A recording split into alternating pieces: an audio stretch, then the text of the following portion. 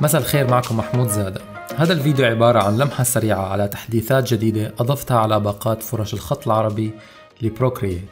البداية مع تحديثات باقة فرش الظل.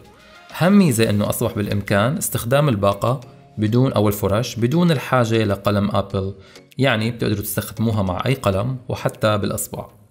أيضا تم إضافة 5 فرش جديدة على مجموعة الظل المخدوش ليصبح المجموع 8 مع تأثيرات جميلة جدا، أنا متأكد أنها راح تعجبكم.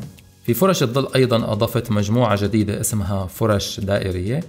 هاي الفرش مفيدة مع الخطوط الإنجليزية أو الخط العربي الحر.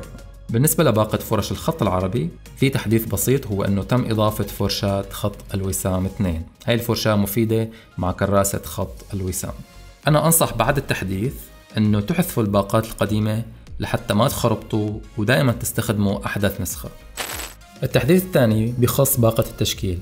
تم إضافة مجموعة جديدة من التشكيلات اللي بتخص الخط السنبلي، بالإضافة إلى حركات جديدة لخط الثلث والديواني والنسخ. ما رح أشرح كل واحدة لحالها، ولكن المهم هو أنه المجموع أصبح أكثر من 120 فرشاة.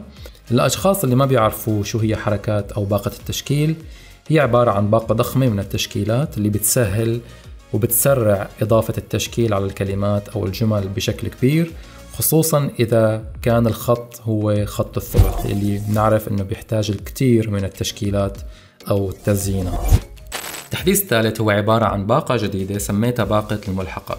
تحتوي على فرش متنوعة استخدمها بشكل دائم، وبتشمل فرشاة التصحيح والزخرفة، أغلبكم بيعرفها، فرشاة التخديش لإضافة خدوش على الكلمات بشكل سهل ولا تعطينا ستايل مختلف، فرشاة القلم الجاف، فرشاة أكثر من شخص سألني عنها، استخدمها لرسم الكلمات قبل البدء بالخط، مفيدة لعمل سكتش سريع قبل الكتابة.